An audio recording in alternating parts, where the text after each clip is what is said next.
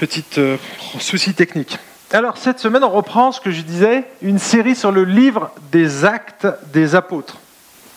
Je ne sais pas si vous vous souvenez, la dernière fois, on avait focalisé, donc vous avez l'image qui est derrière moi, on avait focalisé notre attention sur les versets 3 à 8 du premier chapitre, et on avait découvert finalement les derniers préparatifs avant la grande mission. Alors ce matin, je ne sais pas comment vous êtes disposés, mais vous allez entendre des choses insolites, inédites et peut-être choquantes.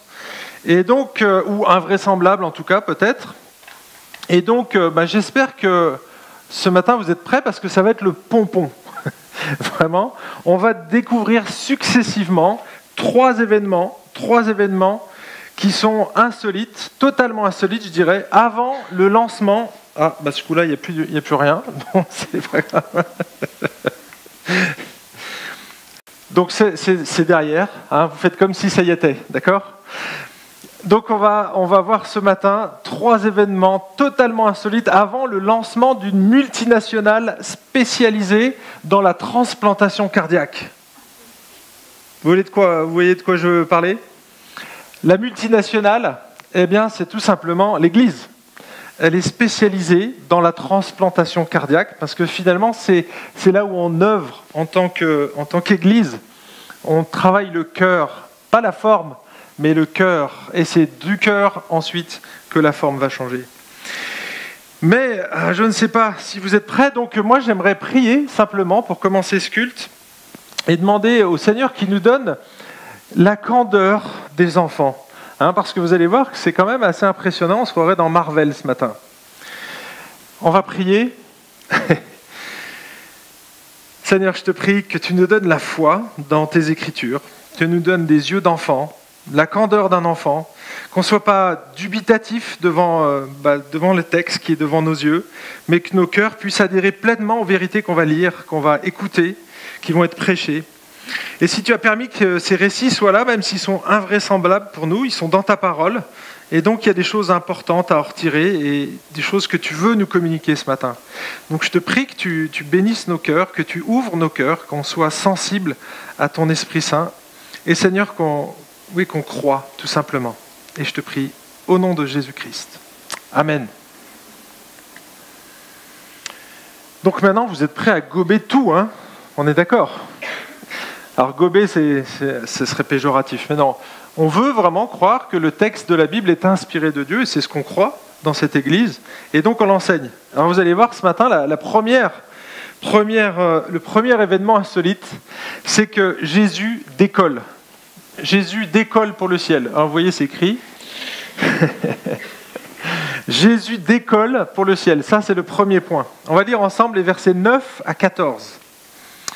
Donc du coup, vous ne pourrez pas le lire derrière moi, mais ce n'est pas grave. Vous allez le lire dans vos Bibles. Si vous n'avez pas vos Bibles en papier, sachez qu'on peut avoir des Bibles en version numérique sur des téléphones portables ou des tablettes. Donc ça, c'est chouette. Si vous ne l'avez pas encore fait, je vous encourage à le faire. Alors, chapitre 1er, versets 9 à 14.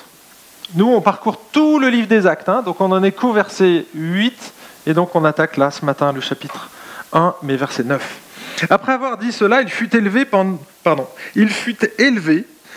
qu'ils le regardaient, et une nuée le déroba à leurs yeux. Et comme ils avaient les regards fixés vers le ciel pendant qu'ils s'en allaient, voici que deux hommes en vêtements blancs se présentèrent à eux et dirent : « Vous, Galiléens, pourquoi vous arrêtez-vous à regarder au ciel ? Ce Jésus qui a été enlevé au ciel du milieu de vous reviendra de la même manière dont vous l'avez vu aller au ciel. » Alors ils retournèrent à Jérusalem depuis le mont appelé des Oliviers, qui est près de Jérusalem, à la distance d'un chemin de sabbat. Quand ils furent entrés, ils montèrent dans la chambre haute où ils se tenaient d'ordinaire. C'étaient Pierre, Jean, Jacques et André, Philippe et Thomas, Barthélemy et Matthieu, Jacques, fils d'Alphée, Simon le Zélote et Jude, fils de Jacques. Tous, d'un commun accord, persévéraient dans la prière avec les femmes, avec Marie, mère de Jésus, et avec ses frères. Et on arrête la lecture ici pour ce premier point. Alors on sait que après sa résurrection, Jésus a passé 40 jours sur terre mais il n'était pas 24 heures sur 24 avec ses disciples, pas comme avant, d'accord ? Pendant 3 ans, il a été avec eux, ils l'ont suivi jusqu'à la croix. À partir de la croix, déjà tous l'abandonnèrent, donc ils ont pris la fuite. Et donc Jésus ressuscite, et là, effectivement, ils vont découvrir qu'il est ressuscité, il y a quelque chose d'extraordinaire qui se passe. Mais Jésus ne va pas rester tout le temps avec eux, et donc il va faire quelques apparitions soudaines. Je vous en lis une, Jean 20, verset 19. Ils étaient tous enfermés dans une chambre. Écoutez bien parce qu'il y a un petit détail intéressant. Ce même dimanche, dans la soirée, les disciples étaient dans une maison dont ils avaient verrouillé les portes. Petit détail. Parce qu'ils avaient peur des chefs juifs. Ok, ça c'est un bon motif. Quand on a la pétoche, on se ferme à double tour. Jésus vint, il se trouva là au milieu d'eux et il leur dit que la paix soit avec vous.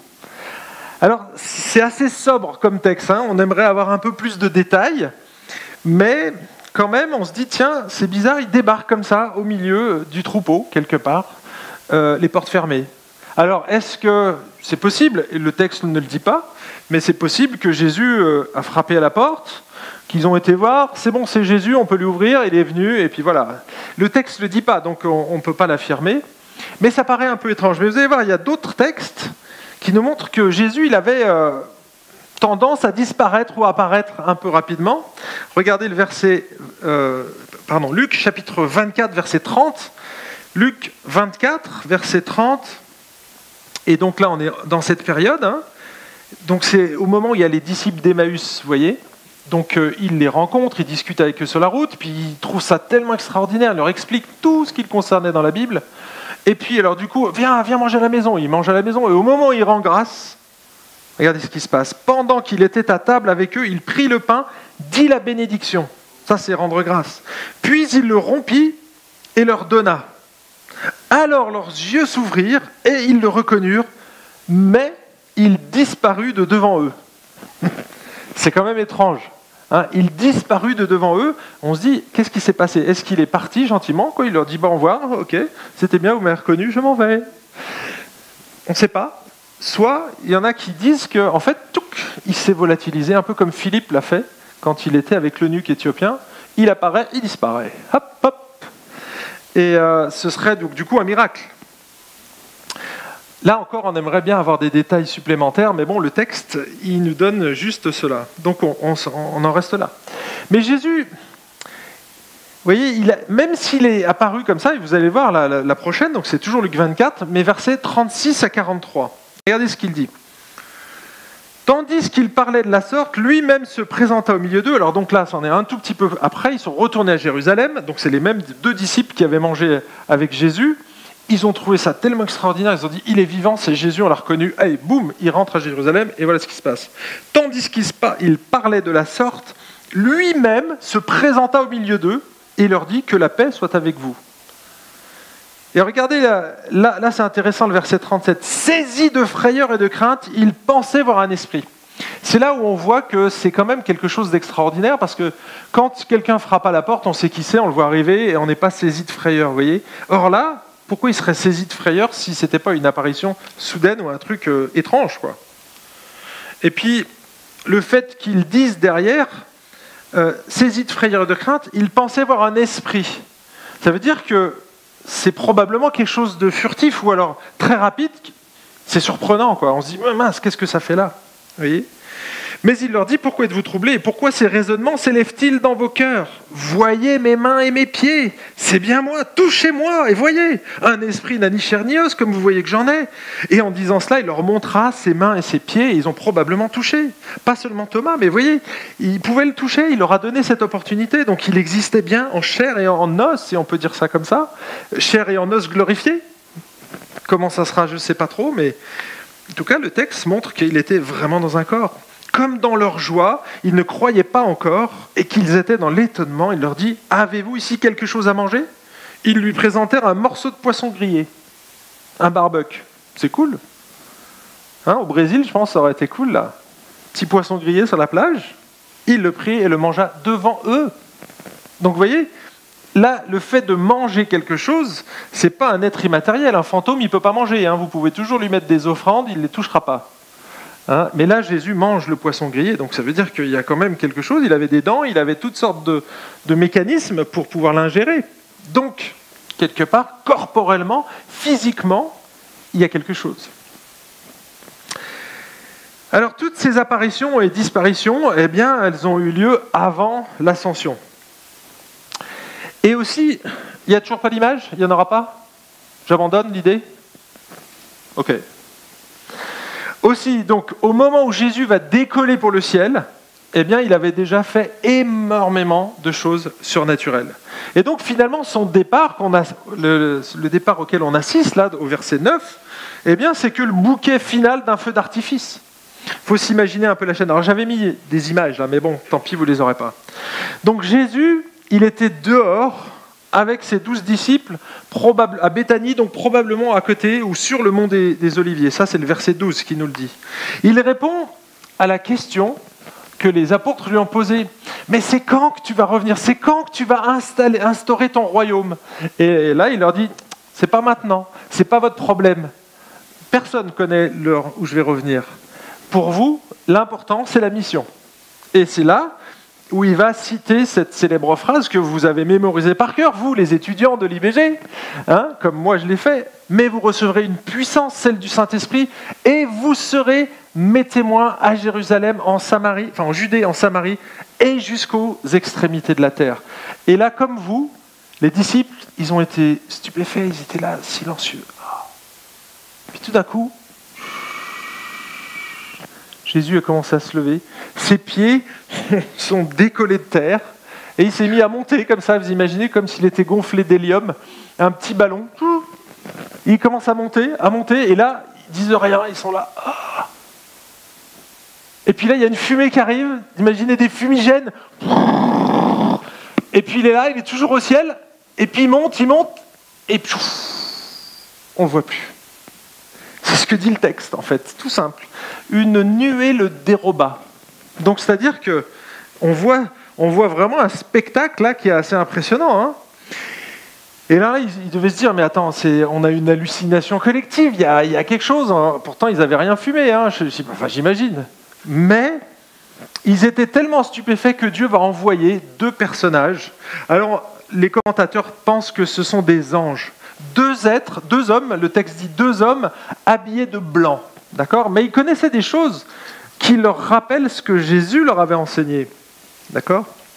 Et donc ces 2 hommes leur dit, mais rassurez-vous les amis, Jésus est monté comme ça, mais il va revenir.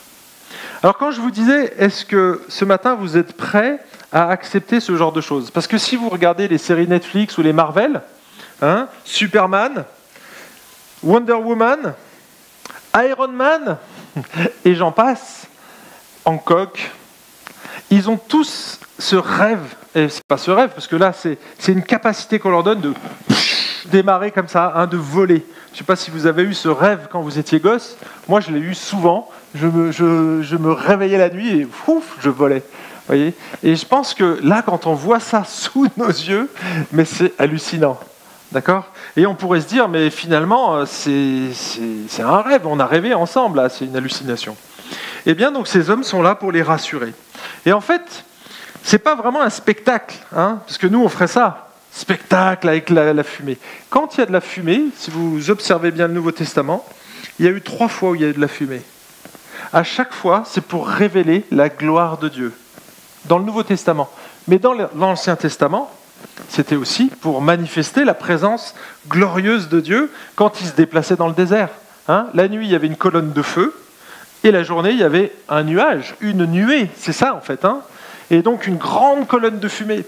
Et vous voyez, tout ça, c'était la manifestation de la présence de Dieu. Je cite ici Kuhn, il dit « La transfiguration, l'ascension et la parousie sont 3 manifestations successives de la gloire divine du Christ aux hommes. » Il cite Apocalypse 1,7, et il dit dans chacun de ces cas, la nuée doit probablement être interprétée comme étant la nuée de la Shekinah, la nuée qui, en reposant sur la tente de la rencontre au jour de Moïse, était le signe visible donné à Israël que la gloire du Seigneur se trouvait parmi eux. Et donc, quand Jésus monte au ciel, il ne traverse pas un nuage, il crée un nuage, d'accord? Et ça manifeste finalement sa gloire. Ça manifeste qu'il va changer de monde quelque part. Il passe d'un monde terrestre déchu, où il était avec nous, il est glorifié dans son corps, et il va rejoindre son Père dans un corps glorifié. D'accord ? Et donc il va où là, Jésus ? Vous êtes tous posé la question, enfin en tout cas les enfants me l'ont posé, et franchement, la réponse n'est pas simple. Alors j'ai demandé à Florent Varac qui réponde à cette question, donc prochainement vous l'aurez. Donc moi je vais vous donner une réponse partielle, je vais vous donner les possibilités, mais il faut qu'on puisse répondre à cette question. Il est où Jésus maintenant ? Et il est sous quelle forme quelque part ? Alors les avis sont un peu partagés. Il y en a qui pensent que... Alors attention, c'est une question secondaire, hein, je ne vais pas trop m'y attarder, un petit peu, mais c'est juste pour répondre à notre curiosité. D'accord ? Là, il y aura des options. Donc vous ne serez pas un hérétique si on n'est pas du même avis. D'ailleurs, je ne vais pas forcément donner mon avis. Okay ? Donc c'est secondaire. En tout cas, beaucoup de chrétiens, et peut-être que vous en faites partie, imaginent que Jésus s'est volatilisé, il s'est dissipé dans l'atmosphère pour rejoindre le monde invisible. D'accord ? Donc il y a d'éminents théologiens qui ont défendu cette position. Je vous cite ici le professeur Harris, et je ne cite qu'une partie. La résurrection, parce qu'il y a des longs développements. La résurrection de Jésus n'a pas consisté à être transformé en un corps immatériel, mais à acquérir un corps spirituel qui pouvait se matérialiser ou se dématérialiser à volonté. Et là, il fait bien sûr référence à tous ces textes que j'ai lus tout à l'heure. Quelque part, on voit Jésus qui apparaît ou qui disparaît subitement, soudainement. Et donc, ce serait... il a une apparence corporelle, mais il peut se matérialiser ou se dématérialiser. Parfois même, vous avez entendu probablement parler de ça, c'est qu'il passait à travers les murs. C'est un peu délicat de dire ça. Si on a un être matériel, traverser une porte, c'est un peu compliqué. S'il apparaît miraculeusement, c'est autre chose, vous voyez ? Donc, là, la conclusion, c'est que Jésus pourrait se matérialiser, et donc là, quand il est allé au ciel, il s'est dématérialisé quelque part. Mais ça ne convainc pas tous les théologiens, notamment un des plus grands théologiens actuels, qui est quand même monsieur Wayne Grudem, donc pas n'importe quel théologien. Lui pense que non, justement Jésus, lui, il est monté au ciel, mais d'une manière physique, et qu'il a donné plein de signes finalement avant son départ. S'il leur a demandé de toucher, qu'il a mangé avec eux, c'est qu'il voulait leur faire comprendre que le corps n'était pas négligeable et qu'on allait être ressuscité dans un corps physique, que Jésus allait revenir physiquement de la même manière. C'est d'ailleurs ce que disent les anges. Il va revenir de la même manière dont il est monté. Et donc du coup, pour lui, il est monté au ciel, il est en haut, quelque part, on ne sait pas où. Je vous lis juste ce qu'il écrit. Ces récits décrivent un événement clairement destiné à montrer aux disciples que Jésus s'est rendu dans un lieu précis. Il n'a pas disparu subitement, mais il est monté progressivement, tandis qu'ils regardaient jusqu'à ce qu'un nuage le dérobe à leurs yeux. Mais les anges ont dit aussitôt qu'il reviendrait de la même manière qu'il était monté au ciel. Le fait que Jésus possédait un corps de résurrection qui était soumis aux limitations spatiales implique que Jésus est allé quelque part quand il est monté au ciel. Il n'est pas nulle part, Jésus. Il est dans un endroit, dans un lieu concret pour lui. Nous ne pouvons pas dire exactement où se trouve le ciel. L'Écriture parle souvent de personnes qui montent au ciel, comme Jésus et Élie, ou qui descendent du ciel, comme les anges dans le rêve de Jacob. Aussi est-il légitime de penser que le ciel se trouve quelque part au-dessus de la terre. Parce que la terre est ronde et qu'elle tourne, nous ne sommes pas vraiment en mesure de dire plus précisément où se situe le ciel. L'Écriture ne nous le dit pas. Mais le fait que celle-ci mentionne à plusieurs reprises que Jésus est allé quelque part, et le fait que la Nouvelle Jérusalem descendra du ciel auprès de Dieu, indique que le ciel se situe quelque part dans l'univers spatio-temporel. Waouh! Mince, qu'est-ce que je dois croire? Vous voyez, c'est délicat. Parce que finalement, je suis presque d'accord avec les deux, là. Je suis d'accord avec la deux. Alors là, il ne répond pas à toutes mes questions non plus. D'accord? Parce qu'il dit, lui, alors il a fait un long développement, il dit que Jésus est aujourd'hui physiquement assis à la droite du Père. Mais alors attendons, on n'a pas répondu à la question, le Père, est-ce qu'il est matériel? Et ça, c'est une autre question. Le fait d'être situé à la droite, ça veut dire qu'on a toute autorité. Et c'est ce que Jésus est aujourd'hui. Il a toute autorité, donc il est effectivement à la droite du Père. Dieu lui a délégué, lui a donné cette autorité sur toute chair. sur tout l'univers. Dieu règne par Jésus. Boum. Ok, mais physiquement, si c'est Jésus qui est assis à la droite du Père, ça veut dire que le Père est assis sur un trône. Vous voyez, ça fait bizarre. Eh bien, c'est là où on peut se poser des questions. Donc, je n'ai pas la réponse définitive, et si vous l'avez, je serais content de l'écouter. En tout cas, ce genre de situation doit nous inviter à faire quelque chose. Si vous restez curieux, moi je dis, vous avez raté le but. Regardez le verset 14. Qu'est-ce que l'ascension de Jésus, le fait qu'il soit monté comme ça, qu'il ait disparu, qu'est-ce que ça a généré chez les disciples ? Regardez le verset 14.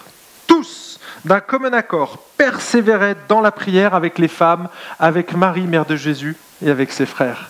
En fait, ça fait naître de l'espérance.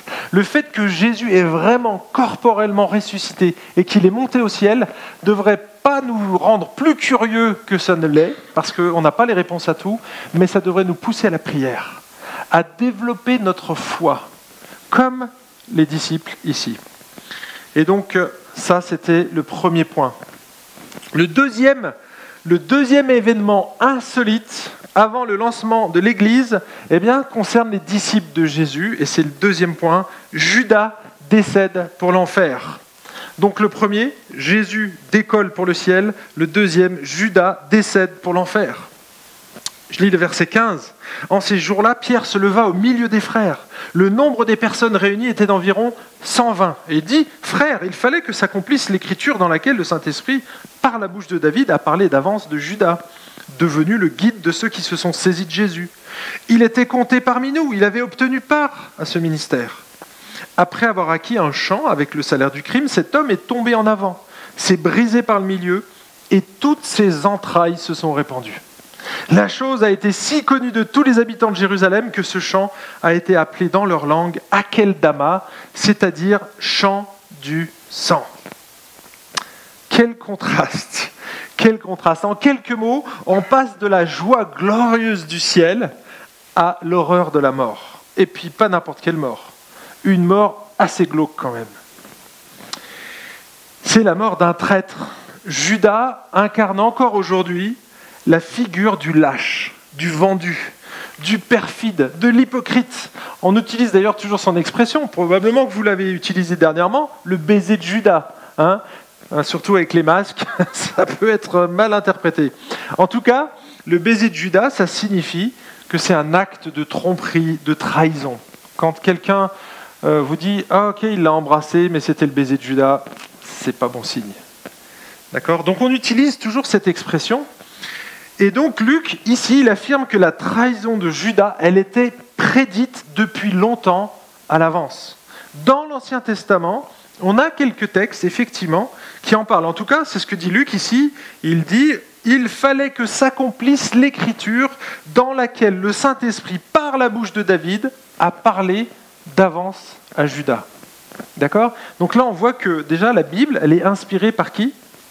Le Saint-Esprit, mais qui a parlé au travers de qui ? De la bouche de David. Voyez ? Donc ça, c'est un point intéressant. Quels sont les deux textes ? Il y en a d'autres, mais au moins deux textes qui sont évidents par rapport à ça, par rapport à cette trahison. C'est le psaume 41, verset 10. Je vous le lis. Celui-là même avec qui j'étais en paix, qui avait ma confiance et qui mangeait mon pain, lève le talon contre moi. Donc vous voyez, une allusion ici à Judas, qui va lever le talon contre son maître. Psaume 55, versets 12 à 15, c'est encore un psaume de David. « Car ce n'est pas un ennemi qui me déshonore, je le supporterai. Ce n'est pas celui qui me hait qui s'élève contre moi, je me cacherai de lui. C'est toi, un homme comme moi, mon confident, toi que je connais bien. Ensemble, nous vivions dans une douce intimité, nous allions avec la foule à la maison de Dieu. Que la mort les surprenne, qu'ils descendent vivants au séjour des morts, car la méchanceté est sur leur passage au milieu d'eux. » Vous voyez, donc là, il parle encore d'un des disciples qui allait avec lui au temple. Et donc, pour, en tout cas, l'interprète du livre des Actes, donc ça c'est Luc, et donc pour les Juifs de l'époque, c'était clair et net, Judas a été clairement annoncé. Et donc, on pourrait se poser la question, si c'était une prédiction divine, alors ça veut dire que Judas n'était pas responsable, qu'il n'avait pas le choix quelque part. Quelle réponse donneriez-vous à une telle question ? Si c'est prédit à l'avance depuis des siècles? Eh bien, la Bible, elle répond d'une manière catégorique, elle dit non. Elle dit non parce que la souveraineté de Dieu n'engendre jamais notre irresponsabilité. Jamais. La Bible montre que Dieu utilise le choix libre des hommes pour arriver à accomplir ses desseins. Dieu utilise le choix libre des hommes pour arriver à accomplir ses desseins. Parfois, il utilise des bonnes actions des hommes, les croyants. Parfois, il utilise des mauvaises personnes, des gens méchants. Par exemple, prenons le cas de Nebuchadnezzar. Il a châtié Israël.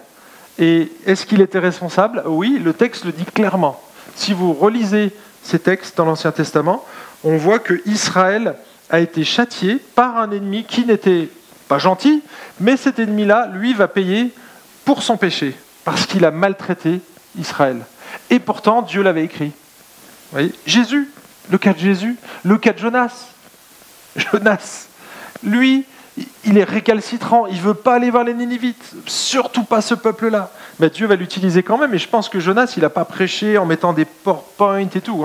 Il a dû donner un message cinglant aux Ninivites le plus sobre possible pour pas qu'ils se convertissent. Eh bien, manque de chance, ils sont tous convertis.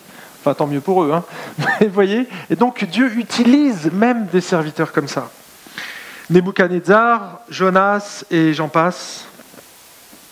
Dallas. En fait, la souveraineté de Dieu ne gomme pas. On y est, super. Ouais, j'ai pas d'écran, mais c'est pas grave. On va avancer comme ça. Ouais. Ah, par contre, ça marche pas. Ouais, ni à la télécommande. Alors, je disais, la souveraineté de Dieu ne gomme pas la responsabilité de l'homme. Autrement dit, ce n'est pas parce qu'il était écrit que Judas allait trahir son maître que Judas n'était pas responsable. Judas était 100% responsable de ses actes.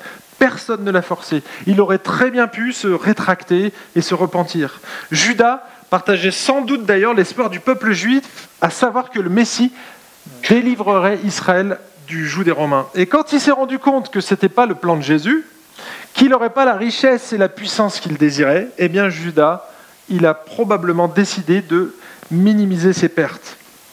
Et donc vendre Jésus aux autorités semblait être un bon moyen d'obtenir une certaine compensation. Et donc du coup ici c'est l'avidité de son cœur qui l'a fait trahir Jésus, et non pas le fait que c'était prédit. Jésus l'avait déjà prédit, certes, mais c'est sa propre responsabilité. Donc Judas était 100% responsable de ses actes et Dieu était 100% souverain sur cette situation. Ça, c'est un mystère qui échappe à notre raison, mais qu'il faut laisser en tension. On retrouve cet aspect-là, la responsabilité de l'homme et la souveraineté de Dieu dans bien des grandes doctrines. La sanctification, le salut, la prière, et j'en passe. Vous voyez, on retrouve toujours ces deux aspects, mais l'un n'empêche pas l'autre. L'homme n'est pas une marionnette. Continuons un petit peu la lecture, verset 18. Après avoir acquis un champ avec le salaire du crime, cet homme est tombé en avant, s'est brisé par le milieu, et toutes ses entrailles se sont répandues. Bon appétit. En fait, Luc, il nous offre un détail ici qui semble contredire le seul autre passage. Le voilà, le seul autre passage qui est derrière moi. Ça, c'est la classe. Merci les amis. Le seul autre passage des évangiles qui parle de la mort de Judas. Et vous l'avez sous les yeux. Après l'avoir lié, ils l'emmenèrent et le livrèrent à Pilate, le gouverneur. Alors Judas, qui l'avait livré, voyant qu'il était condamné, fut pris de remords et rapporta les 30 pièces d'argent aux principaux sacrificateurs et aux anciens, en disant « J'ai péché en livrant le sang innocent. » Ils répondirent « Que nous importe ? Cela te regarde. » Judas jeta les pièces d'argent dans le temple, se retira et alla se pendre. Vous voyez le contraste avec ce qu'on a lu ? Ici, on voit que Judas s'est pendu, alors que dans l'autre texte, il dit qu'il s'est fendu, il s'est brisé par le milieu, et toutes ses entrailles se sont répandues. Alors là, c'est vraiment un texte que les gens qui ne souhaitent pas que la Bible fasse autorité dans leur vie brandissent. Généralement, c'est ce genre de texte. Mais regarde, la Bible se contredit. Alors il y a plusieurs interprétations, bien entendu, pour essayer de répondre à cette apparente contradiction. Je vous en donne 5. La plus répandue. Judas a dû se pendre à une branche qui était un peu fragile, une petite branche, vous voyez. Et donc, comme il s'est probablement pendu au bord d'une falaise, et là ça a été prouvé aussi, on va prouver si on veut, hein, mais en tout cas c'est plausible, il se serait donc jeté sur la corde, la branche aurait cassé et il se serait étalé sur un rocher qui aurait ouvert le bide. Et tout est sorti. Bon appétit, je vous ai dit. Alors ça, c'était la plus glauque, mais voilà, c'est la plus répandue, hein, probablement que tu la connais, Fred. En tout cas, deuxième interprétation possible, certains pensent que Judas a d'abord fait une tentative de suicide. Il a tenté de se pendre et il s'est raté. Par contre, pas la deuxième. Vous voyez ? Donc ce serait en 2 temps. Et il n'y a pas de détails dans le texte. Donc il se pend, il se rate, et boum, là il s'achève, entre guillemets. Troisième, c'est qu'il y en a qui disent que que Matthieu dit des choses de manière générale, alors que Luc, lui, rentre dans le détail. Effectivement, on peut dire des choses de manière beaucoup plus globale, et ce sera juste aussi. Bref. D'autres pensent que dans les Actes, Luc reproduit les paroles de Pierre qui, 6 semaines après les faits, parce que voilà, il ne s'est pas pendu après la résurrection, il s'est pendu au moment où Jésus a été arrêté. Et là, il a regretté, d'ailleurs, il dit « j'ai péché ». Ça l'a empêché de se repentir quand même, parce que ce n'est pas parce qu'on reconnaît qu'on a péché que c'est une vraie repentance. C'est ce que la Bible dit en tout cas. Alors, peut-être Judas était-il mort depuis plusieurs jours lorsqu'il est tombé, parce que la corde s'est cassée. Dans ce cas, son corps était déjà en décomposition, et il est plus compréhensible que ses entrailles se soient répandues. Je vous avais dit bon appétit. Hein. Gossen raconte l'histoire d'un homme qui s'est suicidé en se hissant sur le rebord d'une fenêtre, en pointant un pistolet, et donc il s'est jeté la corde au cou, et bing, il a tiré. Et donc qu'est-ce qu'on dit ? Qu'est-ce que vous dites là ? Il s'est suicidé comment ? Pendu ou en se tirant une balle dans la tête. Et vous voyez, donc c'est les deux, quelque part. Et donc certains disent que ça pourrait être très bien les deux en même temps. Voilà, où est-ce qu'est la vérité ? Je pense qu'elle est quelque part dans l'une de ces explications, et je pense que ce n'est pas utile de spéculer trop longtemps là-dessus. En tout cas, il y a une chose qu'on doit écarter, à mon avis, si vous êtes croyant, c'est que vous devez écarter la thèse de la contradiction. Parce que la Bible est vraie. Nos interprétations, elles, ne sont pas toujours vraies. Elles ne sont pas toujours justes. Parce qu'on est limité encore dans cette chair. Donc le texte, lui, il est vrai.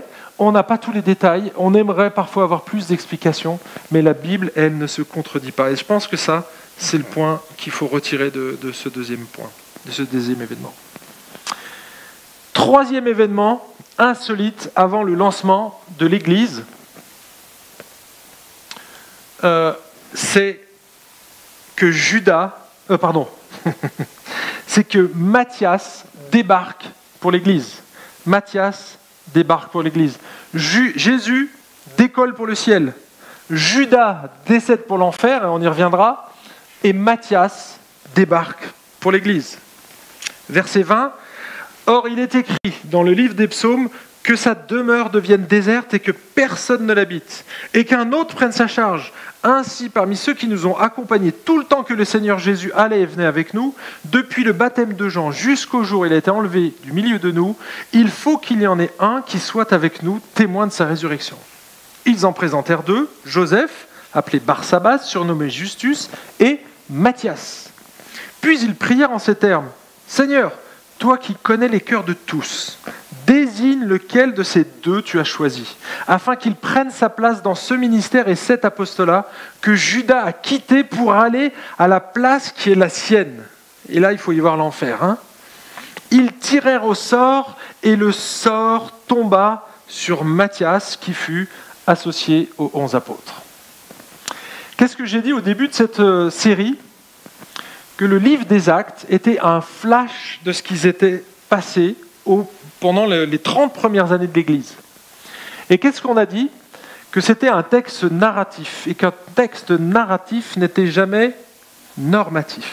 Narratif, pas normatif. Okay ? C'est un texte texte descriptif. Ça, c'est pour vous, les étudiants de l'IBG, vous connaissez de l'homilétique. Et donc, on est ici dans un texte narratif. Donc, ça ne veut pas dire que demain, à l'église, on va tirer au sort, hein, on va choisir entre deux anciens ou des diacres, on prend les dés et on tire ça au dé. D'accord ? C'est pas parce que ça a été fait dans le livre des Actes qu'on doit forcément le reproduire. Donc là, on va juste discuter maintenant pourquoi ils l'ont fait et est-ce que c'est, quelque part, est-ce que c'est juste d'avoir choisi Judas ? Parce que, de Matthias, effectivement, ils étaient plus que 11. Moi, je me dis, ça aurait pu faire une bonne équipe de foot. Mais il fallait un remplaçant. Judas est écarté. Donc, eh bien, on va le remplacer. Mais eux ne savaient pas que l'apôtre Paul allait arriver quelques chapitres plus loin, quelques mois plus tard. Et donc, ils se sont dit, ok, on doit être 12, on sera 12 pour juger les nations, donc il faut qu'il y en ait 12 sur le trône, hein, qui seront avec le Père. Il y aura les 12 qui seront là, les 12 anciens qu'on voit dans l'Apocalypse. Donc les 12 apôtres feront partie. Et donc, on n'est plus qu'S, il y a eu un traître, il faut en élire un 12e. Ça part d'un bon sentiment. On veut lancer la plus grosse entreprise, la multinationale, pour la transplantation du cœur, les amis, il faut qu'on soit 12 dans le conseil d'administration. On n'est plus que 11, il manque une personne, il faut la trouver. À l'IBG, ça s'est passé comme ça. Il a fallu qu'on trouve une personne pour remplacer le directeur. Et on l'a trouvé, ça a pris du temps. Eh bien là, ils vont choisir 2 candidats. Mais comment on choisit les candidats ? Eh bien nous, on envoie un CV, eux, ils avaient des critères. C'est Pierre lui-même qui définit les critères ici. Regardez. Ainsi, donc c'est verset 21, ainsi parmi ceux qui nous ont... Alors, je ne sais pas si je l'ai mis ici. Ah mince, je vous ai tout lu et je ne vous ai pas avancé le truc. Voici les exigences pour être apôtre. Ainsi parmi ceux qui nous ont accompagnés tout le temps que le Seigneur Jésus allait et venait avec nous, depuis le baptême de Jean jusqu'au jour où il a été enlevé du milieu de nous, il faut qu'il y en ait un qui soit avec nous, témoin de sa résurrection. Alors, certains pensent que, comme on ne reparle pas de Matthias, hein, c'est la seule mention du mot Matthias dans la Bible, donc on ne le revoit pas ailleurs, certains pensent qu'ils ont fait une erreur. Ils se sont précipités. Et donc, ils ont élu Matthias un peu à la va-vite. Ils ont pris le mode opérationnel de l'Ancien Testament, qui était l'Oumim et le Toumim. Hein. Vous savez, quand on tirait au sort, ça se faisait. Donc là, on est à cheval entre l'Ancienne et la Nouvelle Alliance. Donc il n'y a pas encore les règles du Nouveau Testament qui sont mises en place. Vous voyez ? Et tout le livre des Actes, d'ailleurs, c'est une avancée progressive. On le verra dans Acte 15 avec les gens, quand il leur dit de ne pas manger de viande avec leur sang. Ils disent, attends, on a le droit de manger tout, puis pourquoi tu interdis ? Vous voyez, mais ça, on va y venir. Et là, on est exactement dans une situation analogue. C'est-à-dire qu'il y a l'Ancien Testament, il y a le Saint-Esprit qui va venir, mais il n'est pas encore là. Qu'est-ce qu'on fait ? Et donc, ils ont trouvé une solution palliative. Mais pas n'importe laquelle, ils ont fixé des critères, le CV était très clair. Est-ce que l'apôtre Paul rentrait dans ces critères ? Et là, c'est délicat. Est-ce que l'apôtre Paul a marché avec Jésus pendant les 3 ans depuis, c'est ce que dit le texte, depuis le jour du baptême de Jean jusqu'à la résurrection ? Eh bien non. Donc Paul ne rentrait pas dans ce critère-là, et c'est Pierre lui-même qui définit ce critère-là. Donc c'est un peu délicat de dire que Paul serait le 12e apôtre. Moi, quand je regardais l'Ancien Testament, je me suis dit, mais finalement, est-ce que ce n'est pas un cas analogue avec ce qu'on avait vu avec la tribu Joseph ? De sa tribu, il n'y a pas la tribu de Joseph. Vous voyez pas la tribu de Joseph ? On a Manassé et Éphraïm. Vous voyez ? C'est 12 ennemis quelque part. C'est 2 demi-tribus. Vous voyez, on serait presque dans cette circonstance-là. Est-ce que Dieu a fait comme ça ? Alors c'est juste une aparté. Hein. Il n'y a pas d'enseignement dogmatique sur ce point. En tout cas, Paul, il ne satisfait pas la première exigence. Il n'a pas vécu avec eux. Quant à la résurrection, alors lui dit qu'il l'a vu, mais lui-même dit qu'il n'est pas comme les apôtres. Regardez ce que dit 1 Corinthiens 15, versets 6 à 9. Ensuite, donc il parle de ceux qui ont vu Jésus après sa résurrection. Ensuite, il a été vu par plus de 500 frères à la fois, dont la plupart sont encore vivants, et dont quelques-uns sont décédés. Verset 7. Ensuite, il a été vu par Jacques, puis par tous les apôtres. Après eux tous, il s'est fait voir à moi comme à l'avorton, car je suis moi le moindre des apôtres. Je ne mérite pas d'être appelé apôtre parce que j'ai persécuté l'Église de Dieu. Vous voyez, donc lui-même ne se considère pas comme les autres. D'ailleurs, il va parler des 12. L'apôtre Paul parle des 12. On dit, attends, s'il parle des 12, ça veut dire que Matthias était compté là-dedans. Donc effectivement, quand on lit le Nouveau Testament, jusqu'à Paul, c'est Pierre qui parle. C'est le ministère de Pierre et ensuite c'est le ministère de Paul. Mais dans le ministère de Pierre, on voit la mention des 12 à plusieurs reprises dans le livre des Actes. Donc Matthias, il était là-dedans. On ne mentionne pas son nom, effectivement, mais on ne mentionne pas celui de Barthélemy, celui d'André ou d'autres. Vous voyez ? Donc finalement, ça ne veut rien dire. Ce n'est pas parce qu'il n'y a pas son nom, quand il fait partie d'un package, il fait partie de l'équipe. Vous voyez ? Qu'il soit le remplaçant nouveau arrivé ou pas, il fait partie des 12. Et donc finalement, on ne parle peut-être pas de Matthias directement, mais on en parle de manière indirecte. Donc vous voyez qu'ici, c'est pas simple de savoir. Alors je sais qu'il y en a qui ont des réponses très catégoriques sur ce point, mais moi je vous invite, quand il y a des textes comme ça, où on n'a pas de certitude, laissez l'incertitude. Vous ne ferez pas un mauvais croyant ou un mauvais chrétien parce que vous n'avez pas répondu de manière catégorique à cette question. Comme d'ailleurs la question du ciel. Qu'est-ce que ça fait, franchement ? Si ça doit faire quelque chose, ça doit te pousser à la prière. Ça, c'est beaucoup plus important que de spéculer pendant des années, d'écrire des bouquins sur un truc où personne n'aura la réponse définitive. Alors je conclus ici ce message. Donc, et je vais vous donner 3 raisons qui devraient nous réjouir, au moins pour le premier point. 3 raisons qui devraient nous réjouir que Jésus soit monté au ciel. La première de ces raisons, c'est que Jésus nous donne un gage pour notre héritage futur. Et oui, parce que finalement, si Jésus ressuscité, qui nous a montré qu'il était vivant, qu'on avait une vie physique, matérielle, eh bien ça nous donne le gage que dans le futur, on vivra aussi avec lui. Parce qu'il dit qu'il est en train maintenant de nous préparer une place. Ça fait 2000 ans, elle va être sympa la place. Hein, je sais pas, moi j'ai fait des travaux chez moi pendant quelques mois, c'est sympa. Mais là, ça fait 2000 ans, et attention, l'ouvrier, c'est Jésus, hein. C'est autre chose. Hein. Lui, il a tous les diplômes réunis, hein. Électricien, plombier, hein, tout. Imaginez qu'il nous prépare une place. C'est génial de penser ça. Et donc, ça doit nous réjouir. Réjouir parce que c'est vraiment un gage. Si Jésus l'a vécu, alors nous, on pourra le vivre aussi. Deuxième raison qui devrait nous réjouir, c'est l'assurance que Jésus prie pour nous maintenant. Si Jésus est vivant, ça veut dire qu'il peut intercéder et répondre aussi à nos prières. Si Jésus est Dieu, il peut répondre à nos prières. Mais on sait, et c'est Romains chapitre 8 qui nous le dit, avec le Père, ils intercèdent. Et même l'Esprit, par des soupirs inexprimables, vous vous rappelez de ce texte ? En fait, on a l'assurance que maintenant, là, si vous êtes dans une galère totale, absolue, Jésus, il prie pour vous. Il l'avait fait pour Pierre, rappelez-vous. J'ai prié pour toi, le diable t'a réclamé comme du froment. J'ai prié pour toi. Vous voyez, quand on sait que Jésus prie pour nous, les amis, ça c'est cool. Hein.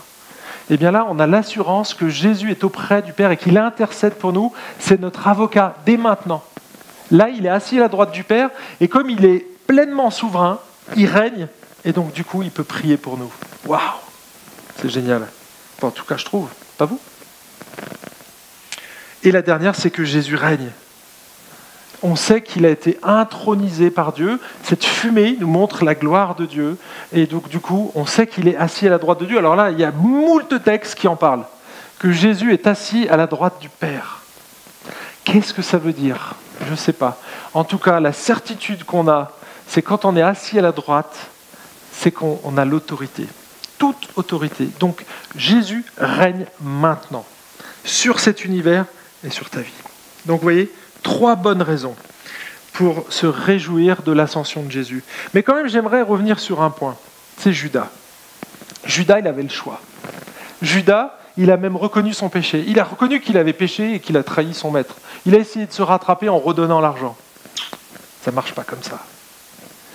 Il devait se repentir. Et il avait tellement honte, il ne pouvait même pas se pardonner lui-même. Et qu'est-ce qu'il a fait? Il s'est ôté la vie. Moi, je trouve que c'est d'une tristesse. Parce que Dieu nous donne la capacité de nous repentir jusqu'au bout, les amis. Judas n'a pas voulu de ça. Il avait trop honte. Mais c'est justement l'étape juste avant, les amis, qu'il faut se tourner vers Dieu. C'est là où on a honte. Peut-être qu'il y a un péché dans votre vie, une situation où vous n'êtes pas fier. Bien, Dieu ne veut pas que vous fassiez comme Judas. Il veut que vous vous arrêtiez, que vous reconnaissiez votre péché, mais que vous vous en détourniez. C'est ça la repentance. Il veut que vous vous détourniez de votre péché. Peut-être que vous êtes dans une situation comme ça, difficile, je ne sais pas. En tout cas, ne pensez pas au suicide, s'il vous plaît. Parce que Judas, lui, est allé dans un lieu où on ne peut pas revenir. Et la Bible dit, il est donné à l'homme de mourir une seule fois, après quoi vient le jugement. Donc on n'a pas le choix. C'est soit maintenant qu'on fait le choix de suivre Jésus, soit on ne pourra plus jamais le suivre après. Donc on a encore cette opportunité aujourd'hui. Et moi je vous invite, on va prier ensemble. Si vous êtes dans cette situation, mais confiez-vous à Dieu. Confiez toute votre vie à Dieu. Donnez-lui votre âme. Livrez-vous entre ses mains.